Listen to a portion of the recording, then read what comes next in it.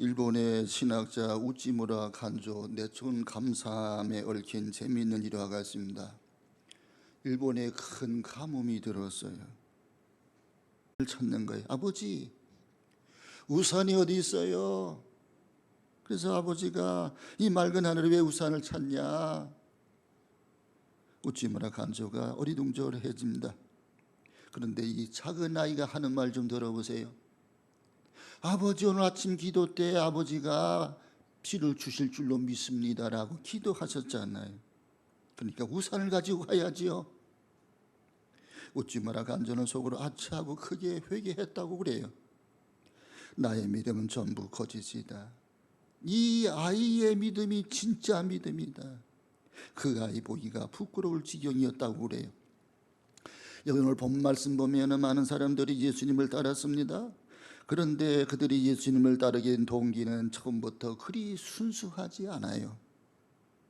우리들 가운데도 순수하게 예수의 피로 죄사함 받고 영생을 얻기 위해서 교회에 나온 사람들 많지 않아요. 대개 교회에 나올 때는 자신의 육신의 문제, 건강의 문제, 경제 문제, 자녀들의 문제, 여러 가지 아픔과 고민 때문에 교회에 나오는 사람들이 많잖아요. 어떤 사람은 친구 따라 나오기도 하고요. 어떤 사람은 지적인 욕구를 충족하기 위해서 교회에 나오기도 하고요. 어떤 사람은 답답한 마음 위로받을까 해서 나온 사람이 있고요. 어떤 사람은 교제가 필요해서 교회에 나오는 사람 또한 있는 거예요. 언젠가 대전에서 목회할 때 전도받은 지 8년 만에 남편이 아내를 따라 교회를 나왔어요. 그날 이 집사님 얼굴이 싱글벙글이에요. 우리 한방 미소가 퍼졌어요. 자기 남편이 8년 만에 나왔으니까요. 그 예배를 드리고요, 담임 목사실로 들어갔습니다. 이런저런 이야기를 하면서 이제 그런 얘기를 했습니다. 오늘은 역사적인 날입니다.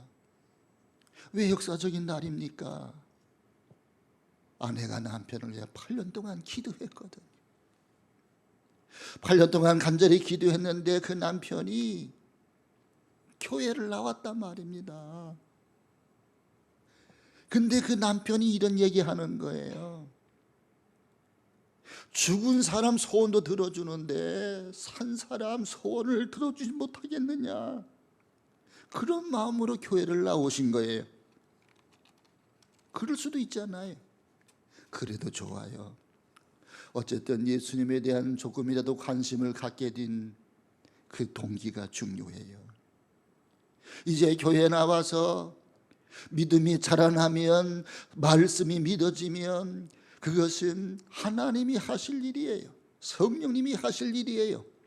바울은 그러잖아요. 나는 씨를 뿌리었고 아볼로는 물을 주었으되 자라나게 하시는 분은 하나님이시니라. 여러분, 교회만 모시고 오면 되는 거예요. 그러면 성령님이 그 마음속에 감동을 주셔서 이 마음을 여시고 믿음이 들어가고 말씀이 들어가고 믿음이 성장하게 될 줄로 믿고 이제 가족들을 다 주님 앞으로 모셔오시기를 바랍니다. 여기 오늘 본문으로 말씀 여행을 떠나갑니다. 먼저 첫 번째, 예수님을 찾아 나온 사람들에 대해서 살펴보려고 그래요. 예수님 당시의 사람들을 봅니다. 예수님을 따르는 그들의 소원이 다양했습니다. 그 동기가 여러 가지였습니다. 예수님을 찾아 나온 사람들은 순수하지 못했습니다. 정치적인 동기도 있고요, 경제적인 동기도 있고요, 종교적 사회적인 동기도 있었습니다. 그러다 보니까 예수님을 따르면서 보고 듣고 배우는 동안에 어느덧 예수님과 자기들 간격이 점점 벌어지는 걸 보아요. 자기들은 믿음이 성장하지는 못하고 예수님 믿음은 절대적이고 예수님이 말씀하시면 능력이 나타나고 기적이 일어나고 병든 자가 구원받고 죽은 자가 살아나는데 귀신이 쫓겨가는데 예수님은 점점 더 높고 귀한 분으로 자신들은 점점 더 낮고 천한 존재로 자각하게 됩니다. 예수님께서 병자를 고치시고 귀신을 내쫓습니다 하시고자 하면 언제나 그 일을 완벽하게 수행하십니다. 그런데 제자들은 달라요. 귀신이 쫓겨갈 때도 있고 더 발악을 피울 때도 있고요. 능력이 나타날 때도 있고 능력이 나타나지 않을 때가 있으니 답답합니다. 예수님과 제자들의 차이는 무엇인가요? 믿음의 차이예요. 예수님께서 제자들에게 말씀하시길 기도 위에는 이런 유가 나갈 수가 없느니라. 기도해야 믿음이 생기고 믿음이 생겨야 역사가 나타나는 겁니다. 그래서 믿음의 역사라고 그러잖아요. 어느 날 작은 식당에서 식사를 하게 되었습니다. 맞은편에 두 분이 앉아서 식사를 하는데요, 두 분이 친구 같아요. 근데 한 친구가 까다로워요. 부엌이 깨끗합니까? 행주는 삶았습니까? 청소는 잘했습니까? 그러면서 꼬치꼬치 말을 하는 거예요. 그러니까 서빙하는 종업원이 얼굴이 벌개져가지고 가버렸어요. 그랬더니 같이 식사를 하는 친구가 보기에 딱했던지 그 까다로운 사람을 이렇게 나무랍니다. 그다지 못 믿어오면 먹지 않으면 되지. 그러니까 의심하는 친구가 머리를 극적이면서 대답합니다. 그렇다고 안 먹을 수도 없고. 여러분, 얼마나 어리석은 것입니까? 이왕 식당에 왔으면, 앉았으면, 음식이 나왔으면 맛있게 먹으면 되는 거예요. 믿고 먹으면 되는 거예요. 그러면 그 음식이 내게 살이 되고 뼈가 되고 양약이 되는 거예요. 믿을 수 없는 세상인 것은 사실이잖아요. 그래서 불신의 시대, 불확실성의 시대라고 그러잖아요. 우리는 이런 세대를 살아갑니다. 그러나 여러분, 믿을 수밖에 없어요. 믿어야만 사는 겁니다. 식사 때마다 음식에 무엇이 들었나 해가지고 은수저를 가지고 휘휘 쳐볼 수도 없는 노릇이고, 주방마다 찾아다니면서 감시를 할 수도 없는 노릇 아닙니까? 먹고 살겠다면 믿어야지 어떻게 하겠습니까? 믿고 더불어 살아가는 거예요. 지나친 의심은 병입니다. 그럴 만한 객관적인 이유도 없이 지나치게 의심이 많은 사람은 자신의 정신 심리 상태부터 점검을 해봐야 되는 거예요. 우리 예수님 보세요. 큰 광풍이 불어요. 파도가 넘실넘실대요. 종일 예수님 병든 자를 고치시고 이제 사역을 하시다가 이 배에서 고물을 베고 예수님이 쿨쿨 주무시는 거예요. 제자들이 대부분이 어부 출신 아닙니까?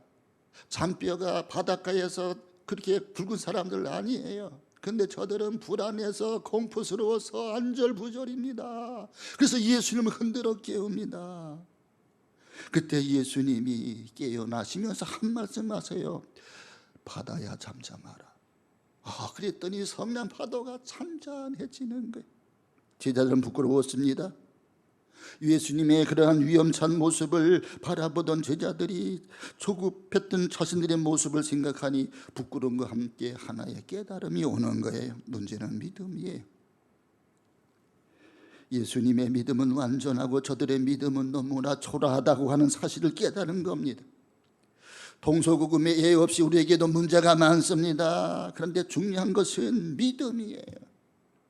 그러면 두 번째, 예수님이 원하시는 믿음이 뭐냐? 우리 한번 따라서 예수님께서 원하시는 믿음은, 예수님의 믿음은 완전하고 위대하십니다. 그래서 능력이 나타나는 거예요. 그러나 이 제자들의 믿음은 시원치가 않습니다. 금방 나약해지고 의심하고 비겁해합니다. 실망하고 절망합니다.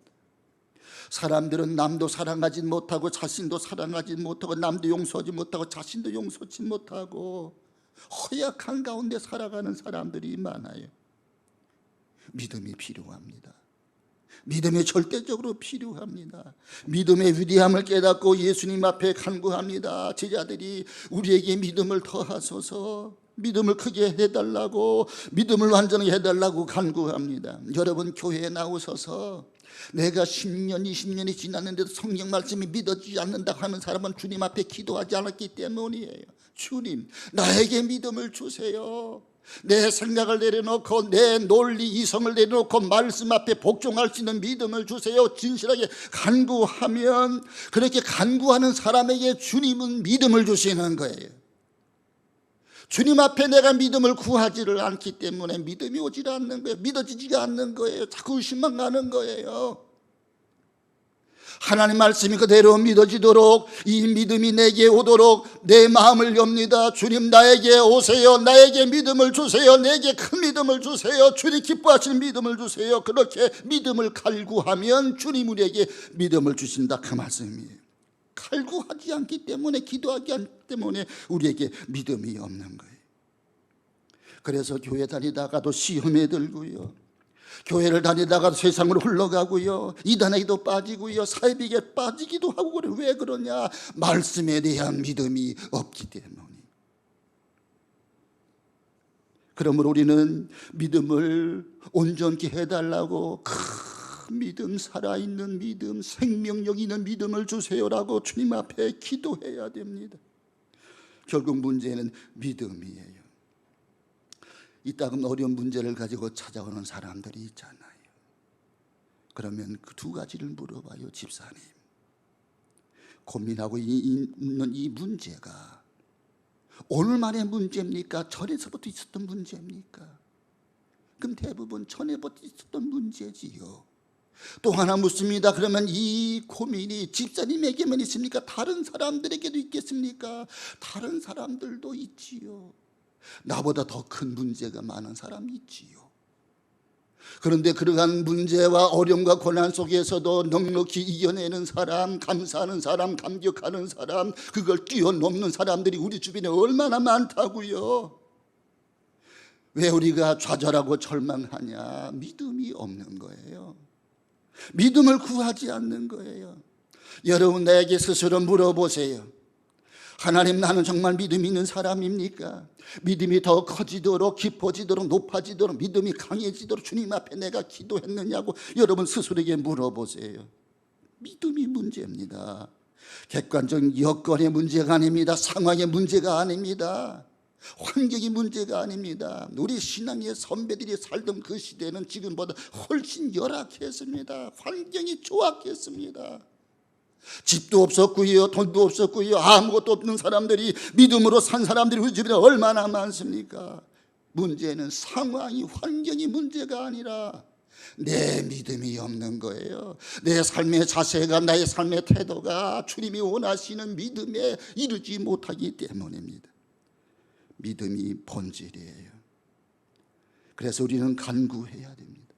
오늘 5절 말씀 다 같이 한번 읽어보겠습니다. 5절 말씀, 사도들이 주께 여짜오되 우리에게 믿음을 더하소서 하니. 우리에게 믿음을 더해 주세요.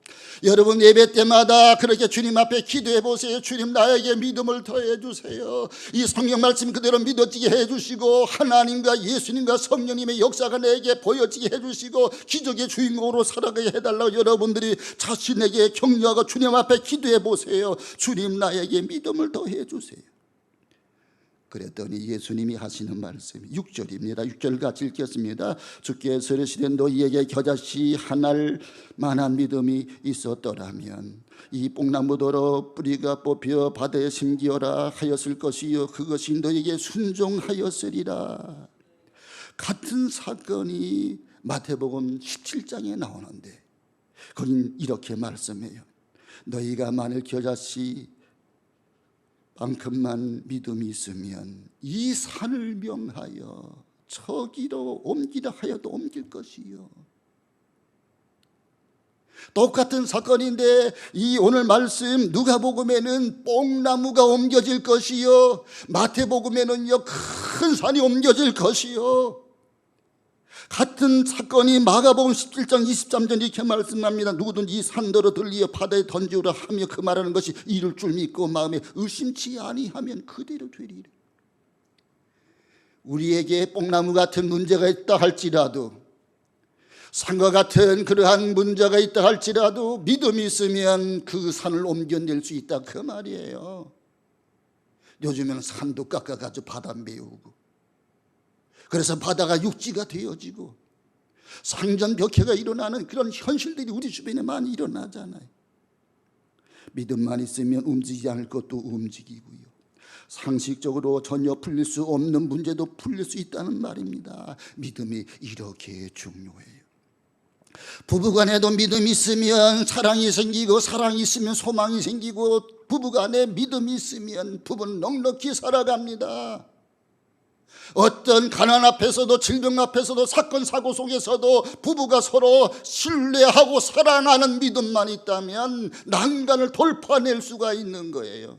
그러나 아무리 돈이 많아도, 여건이 좋아도 믿음이 없으면, 신뢰가 가지 않으면 사랑하지 않고 소망하지 않게 되고 절망하게 되어지고, 그리고 헤어지게 되는 것 아닙니까? 문제는 믿음이에요.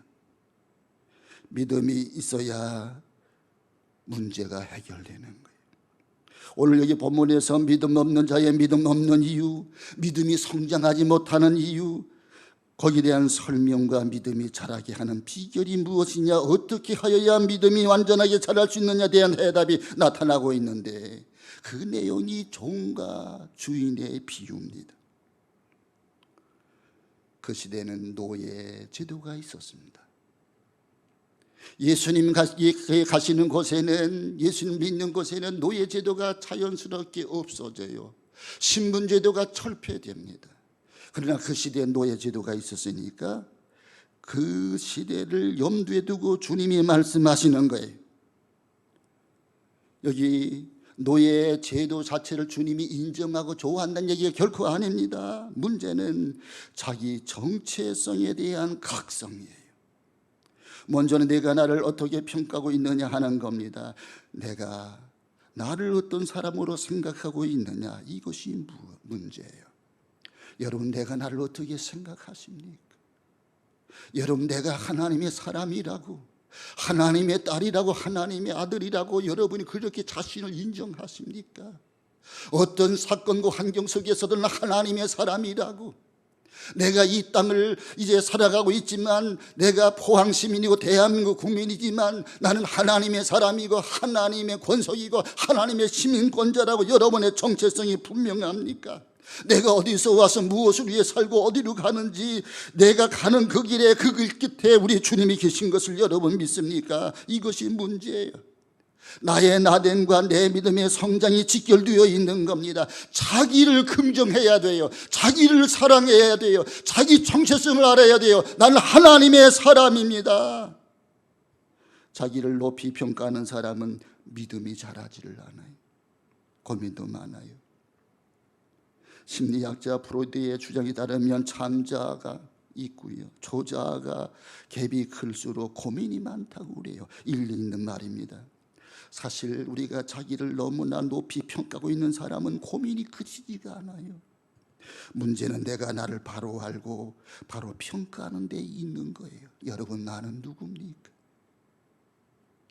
나는 죄인이에요. 불완전한 사람이에요. 연약한 사람이에요. 나는 피조물이에요. 나는 이렇게 살다가 죽을 수밖에 없는 그런 연약한 존재입니다. 이런 나를 우리 주님이 오셨어요. 나를 사랑해 주셨어요.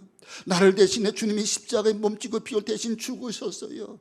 그가 죽고 나를 살리셨어요. 그가 부유하신 자로서 나를 가난하게 하셨던 나를 부유케 하신 거예요. 그분이 나를 높여주신 거예요. 그러니까 그분은 나의 주인이세요. 나는 그분의 종이에요. 주님과 나와의 관계를 바로 하면 진실된 나의 실체를 찾아낼 수가 있는 거예요. 예수님 말씀하십니다. 누구든지 나를 따라오려거든 자기를 부인하고 자기 십자가를 지고 나를 쫓을 것이니라. 왜 그렇게 아픈 것이 많습니까? 사실 덜 죽어서 그래요. 죽어야 할 만큼 죽지 못해서, 완전히 죽지 못해서 고민이 있고요, 고통이 있고요. 십자가 말만 했지 언제 내가 십자가 져보기나 했습니까? 가까이나 가보기나 했습니까? 그러니 고민이 크실 날이 없는 거예요. 이게 문제입니다. 그리스도 예수의 사람들은 정과 욕심을 십자가에 못 박았느니라. 내가 그리스도께 십자가에 못 박혀 죽었느니라. 바울은 그렇게 고백하잖아요. 내가 살았으니까 고민이 그칠 날이 없는 거예요. 나를 완전히 십자가에 못 박지 못해서 그래요. 그래서 아픔도 슬픔도 고민도 문제도 많은 거예요. 나를 십자가에 완전히 못 박아 버려야 비로소 겨자씨만한 믿음, 온전한 믿음을 가질 수 있게 된다는 말씀입니다. 여러분, 내가 누굽니까? 내가 도대체 가치 있는 존재입니까? 사도 바울은 그렇게 자기 자신을 정확하게 진단해요. 나는 살인자였습니다. 포행자였습니다. 핍박자였습니다. 죄인 중에 괴수였습니다. 마물에 찌꺼도 못한 사람이라고 그는 고백합니다. 자신을 그렇게 평가하고 있었기에 어떠한 어려움, 어떠한 오해를 받아도 그는 변명할 마음도 없었습니다. 오히려 감사했고 오히려 주님을 찬양할 수 있었습니다. 이런 나를 주님께서 하나님 자녀로 삼아주셨다는 것, 이방인의 사도로 세워주셨다는 것, 영광의 복음을 내게 맡겨주셨다는 것, 그것 때문에 바울은 그 주님 때문에 주님은 죄인이고 자기는 종이라고 그렇게 고백하면서 어떤 환경의 어려움, 고난의 어려움 속에서도 그는 낙심하지 않고 절망하지 않고 믿음의 주에 온전케 하신 예수를 바라보고 선한 싸움 싸우고 달려길 달려고 믿음을 지키며 평생을 그렇게 살았던 겁니다. 그가 쓴 편지 로마서를 봅니다. 맨 처음에 나오는 말이 바울로스 둘로스 그리스도 예수 그리스도의 종 바울은 그의 편지를 쓸 때마다 꼭 이 말씀을 전합니다. 바울로스 둘로스 그리스도 예수, 나는 예수 그리스도의 종입니다. 나는 노예입니다. 이것이 사도 바울의 인사입니다. 그의 명함이에요. 종된 자가 무슨 할 말이 많습니까? 종한테는 소유권이 없습니다. 내 것이 없습니다. 죽을 자유도 없습니다. 절대 순종만이 있습니다. 그의 능력도 지혜도 순종에서 얻어지는 거예요. 교회에서 대부분 갈등이 뭐예요? 네가 크냐 내가 크냐, 누가 더 높은 권리를 차지하느냐, 그래서 서로 자존심이 부딪히는 거예요. 그것 때문에 실강이를 하고, 그것 때문에 마음 아파하고, 그것 때문에 교회 안 나온다고도 하고요. 내가 살아서 내가 교만해서 내 자존심 높이다가 그래서 시험에 들 때가 한두 번이 아니잖아요. 사도 바울은 자기가 죽었다고, 나는 그리스도의 노예라고, 종이라고. 종은 순종할 뿐이에요. 순종함으로 지혜로워지고 순종함으로 능력이 있을 뿐이지 내 신념대로 살아가는 것이 아닙니다. 이것을 알아야 됩니다. 믿음은 신념이 아니에요. 하나님의 선물입니다. 어느 대통령을 위한 기도문 가운데 이런 말이 나와요. 하나님, 대통령으로 하여금 자기 신념대로 살지 않게 해주시고 하나님의 진리에 겸손히 순종하는 믿음과 용기로 살아가게 해주시옵소서. 마지막 세 번째, 종의 신앙 고백으로 살자. 우리 한번 따라 종의 신앙 고백으로 살자. 오늘 말씀 10절을 같이 읽겠습니다. 10절 말씀, 이와 같이 너희도 명령받은 것을 다 행한 후에 이르기를 우리는 무익한 종이라, 우리가 마땅히 하여야 할 일을 한 것뿐이라 할지니라. 내 신념 가지고 사는 것이 신앙생활이 아니에요. 오직 나를 사랑하사 십자가에 못 박힌 주님, 그 주님을 바라보고 주님을 따르며 신앙생활하는 것. 내가 연약할 때 나를 위해 죽으신 주님, 내가 죄인 되었을 때 나를 위해 십자가 죽으시며 나에 대한 하나님 사랑을 확증해 주신 주님, 내가 하나님과 원수 되었을 때도 나를 위해 죽으신 그 주님, 그 주님이 나의 주님이에요. 나는 그 주님을 위해 살아가는 존재예요. 내가 수고했으나 영광은 주인께로 돌립니다. 주인만을 기뻐합니다. 주인만을 자랑합니다. 이것이 종된 자의 생활인 거예요. 이처럼 자기를 종으로 생각할 때 나는 무익한 종이라고, 마땅히 하여야 일을 한 것뿐이라고. 그때 믿음이 자라가는 거예요. 믿음이 성숙해지는 거예요. 믿음이 열매가 맺혀지게 되는 거예요. 종에게는 마땅히 하여야 할 일이 있을 뿐이에요. 마땅히 하여야 할 일 당연히 하는 것뿐이에요. 당연히 해야 할 일을 하지 않을 때 하지 말아야 할 말을 하게 되는 겁니다. 말이 많다는 것은 일을 하지 않는다는 거예요. 번민이 많다는 것은 말만 하기 때문이에요. 행동으로 옮겨질 때에 마음은 단순해져요. 생각이 정리돼요. 행동이 문제를 풀어가는 거예요. 키에로 ኬ고룩한 유대한 말이 있습니다. 죄의 반대는 믿음이고 그 믿음은 순종이다. 우리가 죄를 이길 수 있는 길은 자기를 내세우는 데 있지 않습니다. 선행을 쌓는 데 있지도 않습니다. 오직 예수를 믿는 거예요. 오직 순종이에요. 여기에 죄를 이길 수 있는 길이 있는 거예요. 성도에 할 일이 있습니다. 예수님의 제자이기에 제자로서 마땅히 행하여야 할 일이 있습니다. 속죄받은 사람에게 마땅히 행해야 될 할 일이 있습니다. 사랑받았기에, 용서받았기에, 내가 사랑해야 될 이유가 있어요. 용서해 줘야 될 이유가 있어요. 선택받았기에 복음 전하는 것이 당연합니다. 당연히 해야 할 일, 마땅히 해야 할 일을 한다. 이것이 기독교의 원리입니다. 하나님의 자녀이기에 당연히 하나님의 자녀다운 생을 살아가는 것, 이것이 기독교 윤리의 기본 교리입니다. 여러분 익히 알고 있는 한 가지 비유가 있어요. 마태복음 18장 21절 이하의 말씀인데요, 주인에게 1만 달란트를 빚진 사람이 있었어요. 1만 달란트는요 엄청난 돈입니다. 그 이자는커녕 원금도 갚지 못하고 있어요. 처자식을 팔아도요, 전답을 다 팔아도요 1만 달란트 결코 갚을 수가 없어요. 그러니까 그 주인이 1만 달란트를 탕감해 줬어요. 요즘 돈으로 말하면 수천만 원을, 아니 수천억을 탕감해 준 거예요.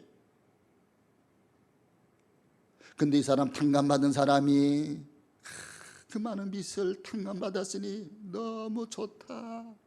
그리고 그 주인 댁에서 나오 길을 가다가 동관 하나를 만났어요.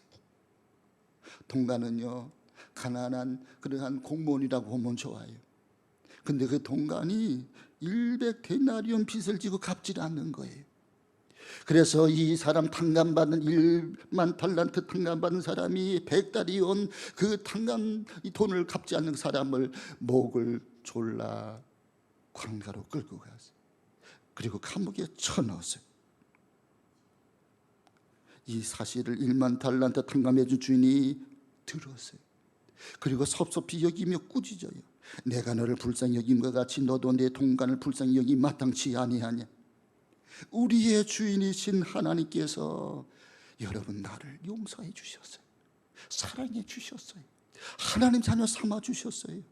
그런데 우리는 이웃의 작은 실수를 용서하지 못해. 이제 예수님께서 우리에게 뭐라고 말씀하십니까? 너희가 각각 중심으로 형제를 용서치 아니하면 내 천부께서도 너희에게 이와 같이 하시리라.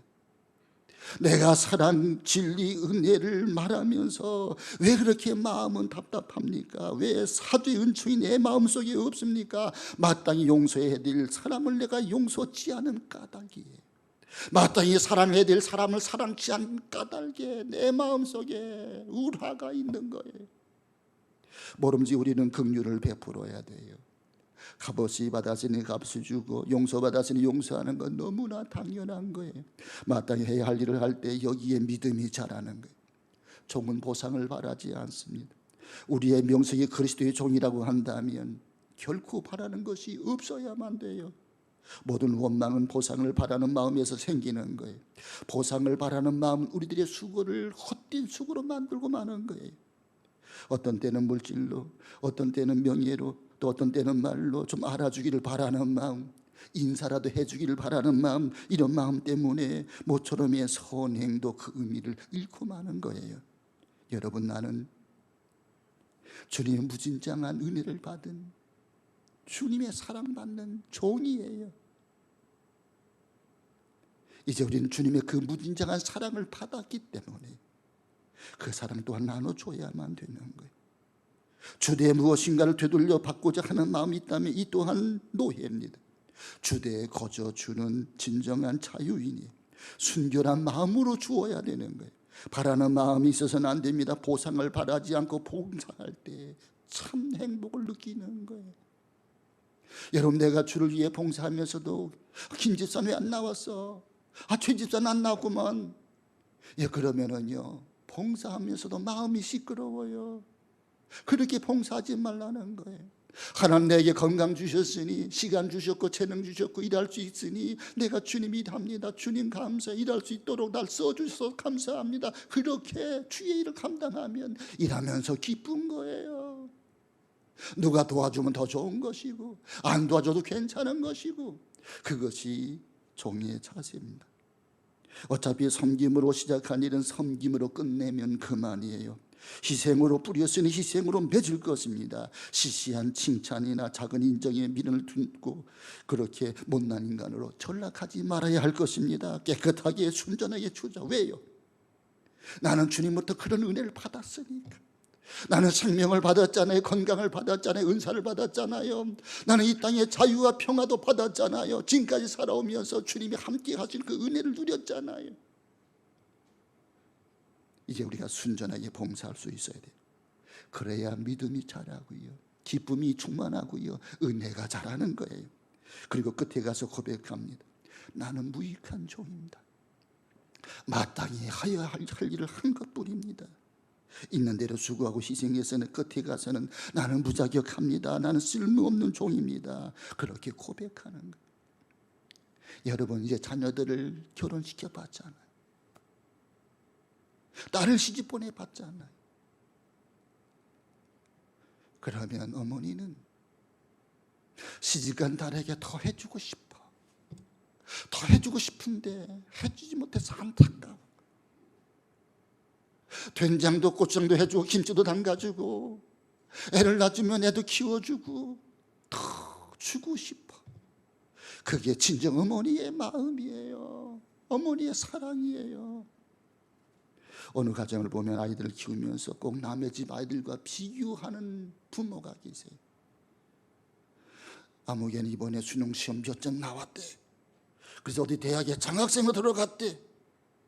너는 누구 닮아서 그 점수냐? 아무개는 얼마 용돈을 받아가지고 그걸 저축하고 부모님 선물 사줬다 그러더라. 아이들은 잠깐은 들어요. 잠깐은 들어요. 근데 그런 잔소리 계속 못 들어요. 얼마 가지 않아 그 자녀들도 이렇게 말할 겁니다. 아무개는 아버지한테 큰 선물 받았어. 아파트도 받았대. 좋은 자가용도 받았대. 기업도 물려받았대. 아버지는 나에게 뭘 주셨어요? 남을 비교할 때 여러분, 나도 비교당하는 거예요. 비교식으로 살면 큰일 납니다. 비교식에는 사랑이 없어요. 교육적인 효과를 보더라도 빵점이에요. 자녀를 훌륭한 인격의 소재를 키울 수 있는 비결은 진실에 있어요. 아빠 엄마가 너에게 더 잘해주고 싶었는데 잘해주지 못해서 미안해. 그러면서 아빠 엄마가 가난한 가운데도 돈이 없는 가운데 최선을 다해서 자신을 희생하면서 자녀들에게 잘해주는 그 모습을 보고 자란 자녀들은요, 부모님이 효도하라고 말하지 않아도 효도자가 되는 겁니다. 나를 위해서 엄마가 결혼도 하지 아니야 그 많은 험한 세월을 보내면서 자녀를 키워냈다. 나를 대학을 보내줬다. 나 어머니 잘해야만 돼. 누가 가르쳐주지 않아도요, 그렇게 자기 마음속에서 솟아오르는 게 있어야만 되는 겁니다. 이게 사랑이에요. 아무리 주고 또 주어도 부족하게 느끼는 것, 이 안쓰러움을 감추려고 해서 궁색하게 나 잘할 때는 이런 식으로 큰 소리 치고는 남과 비교하거나 하면 자녀들은 삐뚤어지기 쉬워요. 진실이 없는 곳에는 감동도 없고 고마움도 없어요. 주고도 미안한 마음, 희생하고 더 부족한 마음, 더 주고 싶은데 줄 수 없어서 안타까워하는 그 마음, 이런 진솔한 마음이 필요한 거예요. 주님 앞에서도 마찬가지예요. 주님, 더 주일하고 싶은데요, 더 주님이 봉사하고 싶은데요, 더 주님 앞에 헌금하고 싶은데요, 가진 게 이것뿐이에요. 그러나 주님, 제가 최선을 다해볼게요. 여러분, 그런 마음을 가지면 그 사람 믿음이 자라갑니다. 그리스도의 장성한 분량이 이르기까지 믿음이 충만해지는 거예요. 자기의 부족함을 알기 때문에.